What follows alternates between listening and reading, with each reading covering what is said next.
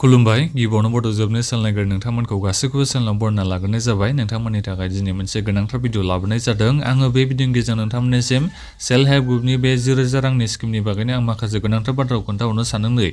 ओरैनोथ' नोंथांमोना गासैबो मिथिखाबाय जानांगौ, जोंहा बे सेल्फ हेल्प ग्रुपनिफ्राय मोननाय बे फर्मखौ नोंथांमोना गाबोननि गेजेरावनो साबमिट खालामथारनांगौ। मानो होनोबा जोंहा गाबोन 5 मार्च गाबोननो जोंहा लास्ट डेट। दा बेनिखायनो नोंथांमोना दासिमबो जायफोर फर्मखौनो फिलआप खालामाखैबा गोख्रैनो फर्मखौ फिलआप खालामना लाबोनो जाबाय। आरो बे बिजनेस प्लेननि फर्माबो नोङो माखौ लाखो बेखौ नोंथांमोना मोजाङै फिलआप खालामनानै गाबोननि गेजेराव नोंथांमोना साबमिट खालामथारनांगोन। जुदि गाबोन नोंथांमोना साबमिट खालामनो हायाबाथाय आरो गैला आरो नोंथांमोना बे 1000 रांखौ मोननो हानाय नङा। दा बेनिखायनो आङो बे भिडिअनि गेजेरजों नोंथांमोननिसिम माखासे गोनांथार बाथ्राखौ खोन्थाहरनो सानदों। भिडिअखौ नोंथांमोना गासिबो जोबजासिम नायलांबानो जाबाय। आं गिबियाव नोंथांमोननिसिम गासिबनिसिम गुरै खावलायहरनाय जायो, जायफोर नोंथांमोना चेनेलाव गोदानै फैनाय चेनेलखौ दासिमबो साबस्क्राइब खालामाखैबा गासिबो साबस्क्राइब खालामना लाग्रोलायबानो जाबाय, जाहाथे नोंथांमोना बेबादिनो भिडिअखौ मोननो हायो। जोंहा नै दा बावैसो चिफ मिनिस्टार आसाम बे अफिसनिफ्राय जोंहा अफिसियेलि बिथांमोना टुइट खालामना खोन्थाहरदों आरो दायो जोंहा बेलेग बेलेग डिस्ट्रिक्टफ्राव जोंहा माने बे माबाया फर्म साबमिसन जागासिनो दङ। नोंथांमोना फट'फोरखौ नायनो हागोन। नै जोंहा बेहाय गोबां मानसिफ्रानो नै डाइरेक्ट डिस्ट्रिक्ट वाइज बेहाय माने जोंहा नै माबाया साबमिसना सोलिगासिनो दङ। फर्म लानाया दायो सोलिगासिनो दङ। गोबां मानसिफोरनि जोंहा दायो फर्म लानाया। दा बेनिखायनो नोंथांमोना गाबोननि गेजेरावथ' जोंहा आरो फर्म साबमिसन खालामनायाथ' गोबां मानसि जाखागोन। जायफोर नोंथांमोना दाख्लै 2 थारिखनिफ्रायनो फर्मखौ साबमिसन खालामना लाखाबायबाथ' जोबोद मोजां जाबाय। मानो होनोबा दायो नोंथांमोना गाबोनफोर जुदि फर्मखौ फिलआप खालामबा सोरबाफोर नोंथांमोना गोबां माने एसे बिर जासिगोन आरो गाबोन जोंहा लास्ट डेट नालाय। दा बेनिफ्राय जोंहा बे फर्मजों लोगोसेनो जोंहा बेलेग बेलेग जायगाना एबा बेलेग बेलेग डिस्ट्रिक्टना जोंहा एसे बेलेग बेलेग जादों होननानै बेखौ मिथिना मोननाय जादों दै।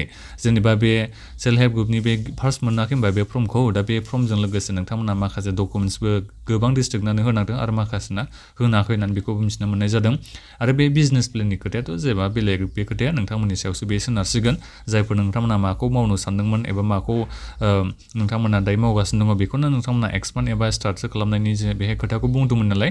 दा बेहाय नोंथांमोना गोबां मानसिफ्रानो बे बिजनेस प्लेननिखौ बेलेग लाफ्लांदोंबाबो जेबो नंला। नोंथांमोना बे फर्मखौल' मोजां फिलआप खालामनानै होबाय जानांगौ। एबा जायफोर नोंथांमोना दायो फिलआप खालामाखैबा जा नोङो बिजनेस प्लेनखौ दायो लादों बेखौनो नोंथांमोना एसे मोजाङै फिलआप खालामनानै हरबानो जाबाय, जाहाथे नोंथांमोना 1000 रांखौ मोननो हायो। दा बिनिफ्राय जोंहा गिबियावनो बे फार्स्ट सेल्फ हेल्प ग्रुपनि बे फर्मखौ मोनाखैमोन होनबा, फार्स्ट मोननाय बे कालार गोनांलाय बे फर्म मोनाखैमोन होनबा, दा बे फर्मजों लोगोसेनो नोंथांमोना माखासे आइडेन्टिटि प्रुफ होफानांगौ। बेबायदि जोङो माखासे डिस्ट्रिक्टनिखौ बेहाय नुनो मोननाय जादों आरो माने बेलेग बेलेग डिस्ट्रिक्टना माखासे माने आइडेन्टिटि प्रुफखौ लाफादों। जेरै आधार कार्ड, पान कार्ड आरो जोंहा बे भटार आइडि कार्ड, बिनिफ्राय माबाखौ बेंक पासबुकखौबो जोंहा लाफादों। दा बेनिखायनो नोंथांमोननि डिस्ट्रिक्टआव बेफोरखौ लागोना लायाखै बेखौ नोंथांमोना साबमिट खालामनायाव सोंनो नांसिगोन आरो। जेनेबा नोंथांमोना बुंबानो जाबाय आइडेन्टिटि प्रुफनि बे डकुमेन्ट्सफोरखौ जों होफानांगोन ना नाङा बे फर्मजों लोगोसे। जेनेबा बे सेल्फ हेल्प ग्रुपनि फर्मजों लोगोसेनो बे बिजनेस प्लेनखौबो नोंथांमोना होखानांगोनखा। दा बिनिफ्राय बे आइडेन्टिटि प्रुफफोरखौ नोंथांमोना होफानांगोन ना नाङा बेखौबो नोंथांमोना सोंनानैसो फर्मखौ नोंथांमोना साबमिट खालामबानो जाबाय। जेनेबा फिलआप खालामजोब्बाय आङो गासिबो जाजोब्बाय होननानै बेबादि नोंथांमोना डाइरेक्ट फर्मखौ गथायनानै होनो नाङा। जेनेबा आइडेन्टिटि प्रुफखौ आङो होफानांगोन नामा बेफोरबायदि नोंथांमोना सोंबानो जाबाय।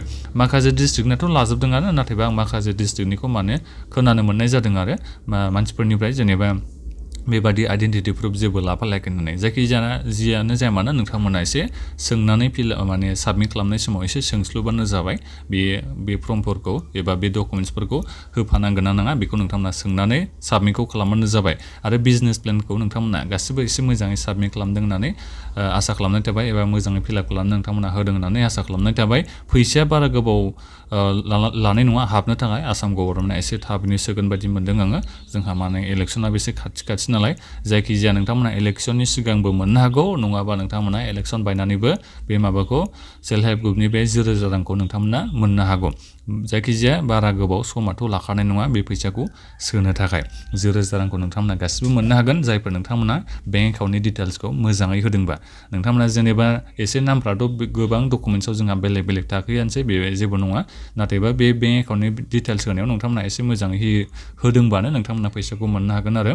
जोंना माने गोबां मानसिनानो मा जायो बेलेग डकुमेन्ट्सआव नामा एसे बेलेग जायो। आधाराव बेलेग जागोन, भटार कार्डआव बेलेग जागोन, सोरनाबा पान कार्डआव बेलेग जागोन। दा बेफोरखौ नोंथांमोना जेबो सिन्था खालामनाङा। बेंक एकाउन्टल' नोंनि नामफोरा एसे थिग थायोबा नोंथांमोना एसे आसा थागोन आरो मोननायनि। दा बेखिनियानोमोन बे भिडिअ नोंथांमोना माबाफोर सोंनांगौ दङबा भिडिअ कमेन्ट्सआव नोंथांमोना कमेन्ट खालामना सोंहरबानो जाबाय माखौबाफोर नोंथांमोना मिथिनो लुबैदोंबा बे भिडिअखौ शेयार खालामबानो जाबाय आरो चेनेलाव गोदानै फैनाय नोंथांमोना चेनेलखौ साबस्क्राइब खालामना लाबानो जाबाय जाहाथे नोंथांमोना बेबादिनो भिडिअखौ मोननो हायो आरो फैसाखौ माला सोगोन बेफोरबायदि जेबो माबाफोर जेनेबा आपडेटफोर फैयोबा आं नोंथांमोननिसिम थाबैनो भिडिअखौ हरगोन दे बे चेनेलनि गेजेरजों गोजोन्थों।